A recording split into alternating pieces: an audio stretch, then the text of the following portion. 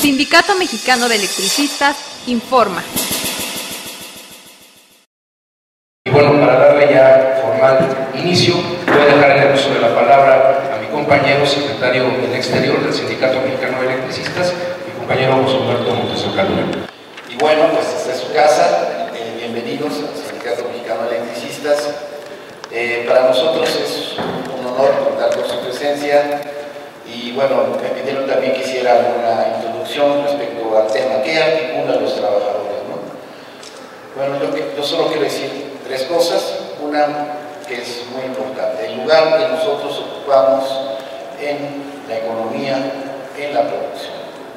Los trabajadores tenemos una característica en general, que somos fuerza de trabajo, no tenemos medios de producción, salvo en el caso de los trabajadores del campo, tienen una pequeña propiedad, ¿no?, que pueden explotar de manera particular, pero en el caso de los trabajadores asalariados, pues estamos despojados de los medios de producción y eso nos esclaviza, dicen los teóricos clásicos, a servirle al capital. Esa es una consideración que es objetiva, que se puede reconocer o no, y en eso consiste la elevación de la conciencia social de los trabajadores, en primero reconocer esta primera característica que nos puede articular, el lugar que nosotros ocupamos en la sociedad y particularmente en la producción. Otro aspecto que nos articula para nosotros, está claro, es la memoria histórica. Lo que nosotros como clase social hemos construido en la experiencia de lucha contra el capital, contra el Estado, a lo largo de más de 100 años de lucha de clases, no solamente en nuestro país, sino también alrededor del mundo. Y nosotros pensamos que eso también es un elemento subjetivo que nos articula como parte de una experiencia de lucha universal de los trabajadores por despojarse de la opresión, por alcanzar sus reivindicaciones, sus mejoras en las condiciones de vida y trabajo, por reconocerse a sí mismo como un sujeto histórico que puede lanzar sus propias iniciativas. Y por último diría que otro eje de articulación de los trabajadores es precisamente la lucha por alcanzar la emancipación, que se traduce en inmediato en alcanzar una mejor correlación de fuerzas para enfrentar al neoliberalismo, para enfrentar esto que estamos viendo como un despojo de los bienes comunes, la cancelación de derechos, la violencia en contra de los trabajadores, la violencia en contra de los pueblos originarios, el despojo de sus recursos, la tierra, el agua. Todo esto que estamos viendo es una época de capitalismo salvaje, depredador, de un capitalismo que no solamente está sobreexplotando la fuerza de trabajo, también está sobreexplotando la riqueza natural universal de la tierra. Y esa es una de las características de la etapa que nos ha tocado vivir. Me parece que esas serían, a mi modo de ver, no son las únicas, hay más, podría hablar sobre otras, pero para mí esos tres ejes de articulación de los trabajadores deberían ser parte de los insumos de una construcción de economía alternativa. La economía no va al margen de lo político, no va al margen de lo histórico, y nosotros como trabajadores en la construcción de un proyecto alternativo, también como cooperativistas, pues creemos que sobre estos temas hay que estudiar, sobre estos temas hay que debatir, y sobre estos temas hay que construir. Por mi parte eso sería. Bienvenidos, muchas gracias, que viva la unidad del país. Entonces yo propondría una primera parte, a partir de un micrófono que está de aquel lado, que nos vayamos presentando muy brevemente nuestro nombre, de qué organización. Si no tenemos organización no hay problema, porque esa también es parte de la idea, convocar a quienes no forman parte de ninguna organización también y conocer sus órganos. Hablar de manera general en el tema de preguntarnos qué nos articula. Ya Humberto nos dio tres ejes por los que podemos caminar, pero como bien lo dijo, no son los únicos. Queremos intercambiar en la medida de que nos permite el tiempo y que podamos también nosotros ser muy concretos con nuestras intervenciones, abonar a estos trabajos. soy miembro de la nube y no pagamos luz. De ahí que, bueno, yo creo que este gran movimiento de usuarios de energía eléctrica que está levantando el SB, que crece cada día, es algo que articula a 4 millones de usuarios de luz en el Valle de México. Sabemos que son 6 millones, pero bueno, ahorita son 4 millones que no pagan luz y es un sector importante en el centro del país. Obviamente el problema de la reforma energética, de las reformas estructurales, es algo que también nos vincula, que nos une para luchar en contra de la abrogación de todas estas reformas, por la nacionalización de la industria eléctrica y por las demandas básicas de la Asamblea Nacional de Usuarios de la Energía Eléctrica, borrón y cuenta nueva, tarifa social. Para nosotros está claro que una definición muy importante para nuestra cooperativa fue sumarnos a la nueva central de trabajadores. A pesar de que somos una cooperativa, y qué bueno que la nueva central tiene ahora una concepción mucho más abierta, no es solamente de los grandes sindicatos de la clase obrera organizada, sino también de sectores sociales.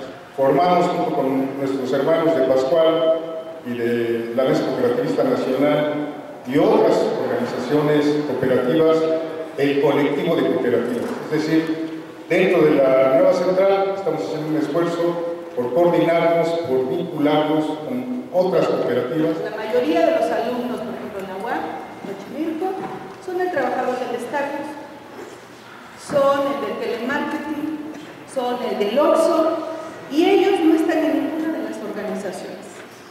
Tienen problemas a la hora de que son despedidos a los 3 meses con su contrato de prueba y no tienen a dónde acudir. Entonces, cuando nosotros preguntamos qué nos articula, sí estamos hablando de aquellas reivindicaciones históricas, pero también estamos hablando de sumar las nuevas reivindicaciones y cómo generamos un movimiento. Por ejemplo, desde mi punto de vista personal, con lo que conozco de la nueva central, creo que habría una gama de cosas. Por ejemplo, hay una sección muy interesante, además de lo de los jóvenes y las cooperativas, que es de los no organizados.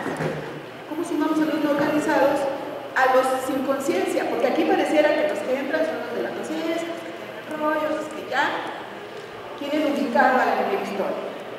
Y todos los que no, que por cierto son la mayoría, no entran. Entonces, un poco la intención de cuando decimos que nos vincula, no solo hablamos de lo que históricamente, las respuestas que ya teníamos, sino es cómo encontramos las respuestas que no tenemos, cómo sumamos a los que no están presentes. Les voy a comentar lo que más me ha llenado en los últimos días de cercanía con el movimiento social. Recientemente se dio un encuentro, ustedes deben de saber, el Encuentro Nacional por la Unidad del Pueblo Mexicano. Esto surge, compañeros, porque efectivamente a nivel nacional nos damos cuenta que el gobierno no nos representa. Tenemos un gobierno, un poder que no representa a la sociedad mexicana. Y para nosotros debe quedar muy claro que el objetivo fundamental, sobre todo de las personas que más capacidad tienen de entender toda esta problemática, es la toma de poder, compañeros. Y no le busquemos vueltas, no le busquemos vueltas. Es la toma de poder. O nos convertimos en poder desde abajo, o nos van a aplastar como nos vienen aplastando. Aquí, las personas aquí presentes, tenemos cierta conciencia de lo que estamos viviendo y de que tenemos que hacer algo para cambiar esta situación que estamos viviendo. Entonces, yo creo que nos tendremos que organizar, sin duda alguna la unión es fundamental, pero tendríamos que desarrollar un plan estratégico a largo plazo. Muchos de nosotros rebasamos los 40, 50 años. Hay pocos jóvenes en este momento. Ya ellos ya crecieron con ese estilo neoliberal, piensan que es el único. Bien, entonces creo que lo que podríamos hacer sería diseñar un plan estratégico a largo plazo, pero también marcándonos metas a corto y mediano plazo, irlas viendo la organización y el asumir responsabilidades. Estamos a días de que el gobierno de Donald Trump aplique un arancel al azúcar mexicano. ¿Saben qué significa eso para la clase trabajadora? Hablo de los azucareros, de los que nos van a dar una partida, y dejo con insignias a los obreros azucareros. Y lo voy a decir porque si le aplica un arancel al azúcar mexicana, son 52 ingenios en el país, producen 6,5 millones de toneladas, 6,5 millones de toneladas de azúcar.